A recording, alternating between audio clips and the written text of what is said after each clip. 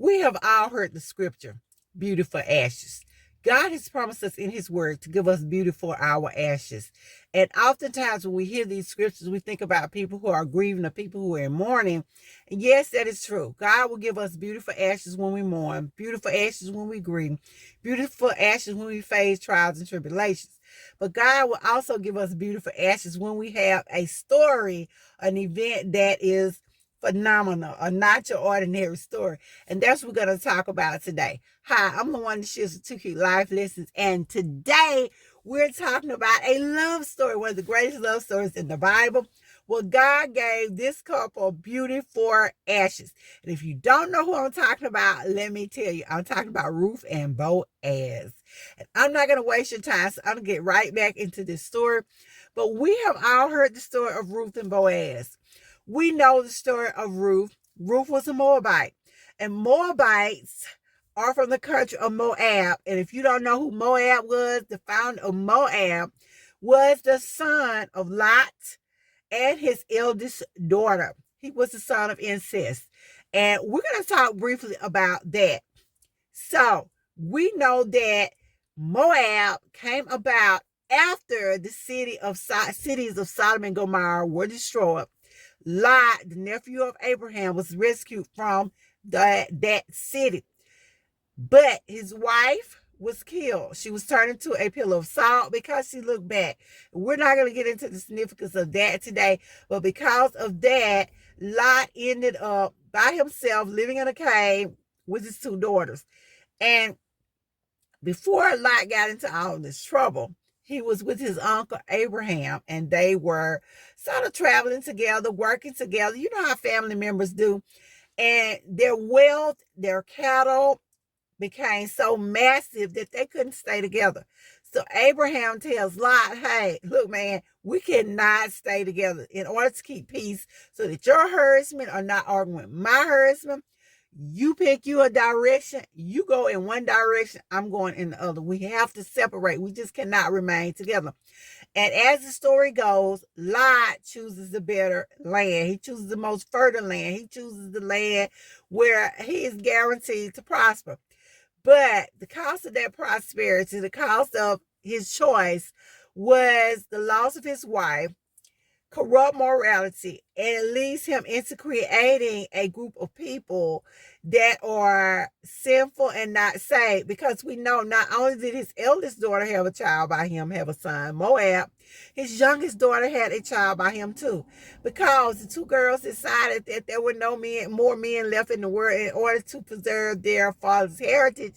They got him drunk, went into him, basically, you know the story, and they produced 2 children by their dads, and the Amorites and the Moabites. And we know neither group of these people were good people. They were always in conflict with the Israelites. And thus, we come down to Ruth, who is a descendant of Moab. How did she get hooked up with Naomi? Again, we know the story of Naomi. Her and her husband journeyed to Moab because there is a famine in their land. There's a famine in Bethlehem, which is a sad story. But after they get there, their 2 sons later would marry these Moabite women. There's some discussion on whether her husband, Naomi's husband, was alive at the time the 2 boys married these women or not. Not getting into that either. But we know that they married Opal and Ruth. As time went on, the 2 boys would die, and Naomi would be left alone with her 2 daughter-in-laws. And she decides, hey, it's time. I need to go back home. And how often do we all decide, we come to ourselves and decide we need to go home? So as she's getting ready to go home, the 2 daughter-in-laws, Opal and Ruth, decide they want to go with her. They beg her to go with her because they love her so deeply. But Naomi tells them to go back. But Ruth decides, hey, I'm not going. I'm staying with you. I love you. I'm going where you go. I'm going to sleep where you sleep. I'm going to die where you die. Your people are going to be my people, and your God is going to be my God. What words of commitment and love. How deep are these words? You can't get any deeper than this. Because of her faithfulness, we know she gets to meet Boaz. And Boaz also has a unique story. Boaz is the son of find out who Rahab is, let me tell you, Rahab is one of our favorite biblical characters. She was a harlot from Jericho. Okay, she is a lady who decided to hide the 12 spies because she had heard about God.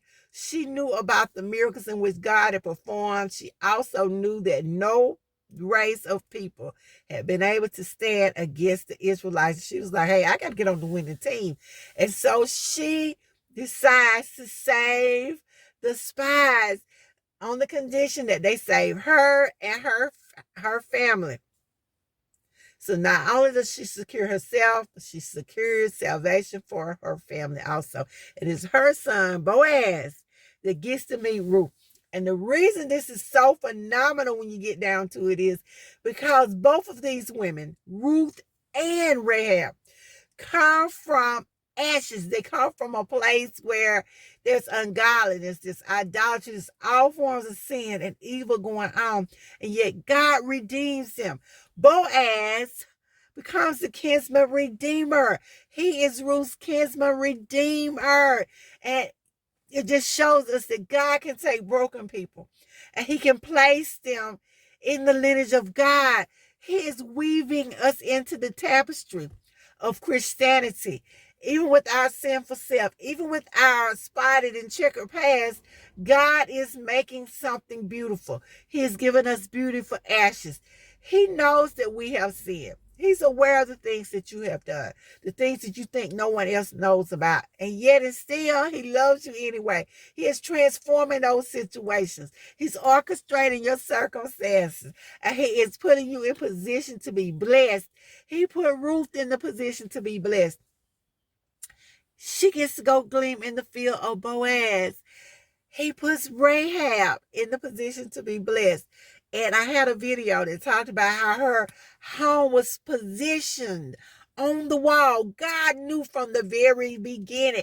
He tells us in his word, he knew us before he formed us in the belly.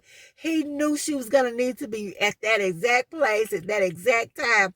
And even her very profession allowed her the ability to be able to do what she needed to do. Because no one was going to think anything about strange men showing up at her place. But a good Christian woman or a good woman of faith or woman of a good reputation would have strange men just hanging out of her house. But if you are in the profession in which Rahab was, that's not uncommon for strange men to be hanging around at your house.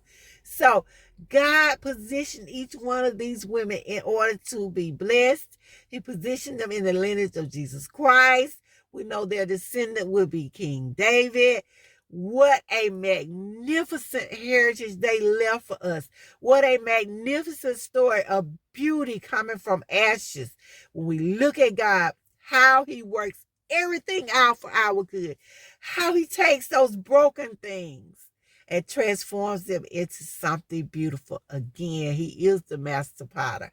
He is the one who forms and molds us into what he would have us to be. And just think, even before Rahab was born, God knew she was going to have a son. He was going to be Boaz, and he was going to be the kinsman redeemer for Ruth. 2 different countries, 2 different places, 2 different generations, yet God was orchestrating all of this to come together. Just like when Abraham was taking Isaac up the mountain, and he was thanking God, and he didn't know what was going to happen. And all the time, a ram was coming up the other side. There's always a ram in the bush. God always knows what you're going to need before you need it. He already has the plans ready that he thinks towards you to give you a future and a hope. Guys, I thank you so much for listening to me. I hope you will continue to subscribe. I will hope you will continue to watch, and that your spirit and soul will be lifted up from my videos. Be sure to give them a like. Give them a thumbs up. Subscribe, as I said, if you have not. And just remember, God has just what you need waiting for you. See you guys in the next video.